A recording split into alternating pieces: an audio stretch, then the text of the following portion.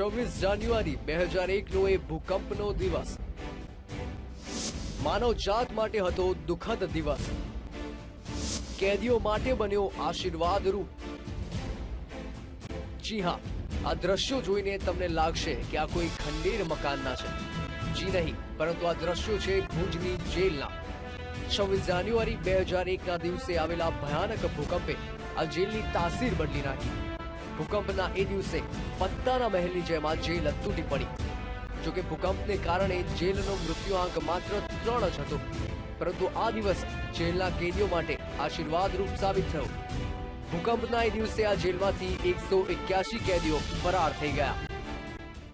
અને 2001માં 26મી જાન્યુઆરીએ જ્યારે ધરતીકંપ થયો ત્યારે એની અંદર 250થી વધારે જે કેદીઓ જેલ ધરાશયી થતાં ભાગી ગયા, એમાં આ 2 તોમતદાર પણ હતા।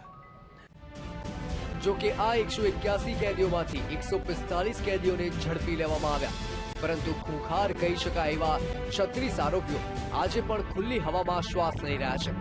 ભૂકંપને વીતે 14 વર્ષ થઈ ગયા હોવા છતાં દેશની સુરક્ષા એજન્સીઓ તેમને શોધી શકી નથી। વળી આ 36 કેદીઓમાંથી 2 એવા ખૂંખાર આતંકવાદીઓ છે જે દેશની શાંતિ દહોડી શકે છે।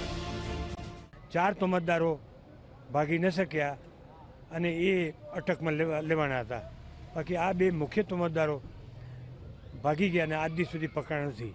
એટલે જ્યારે ટ્રાયલ ચાલી RDXના કેસની, તે વખતે આ બંનેનો કેસ જુદો પાડી અને ટ્રાયલ ચલાવવામાં આવી અને આજની તારીખે પણ આ કચ્છની કોર્ટના સેશન્સ કેસ માટે એ ફરારી તોમતદાર છે।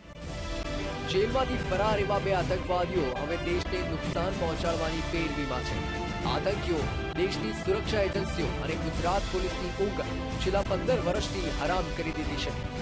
હાલમાં પણ સુરક્ષા એજન્સીઓની તલાશ ચાલુ છે।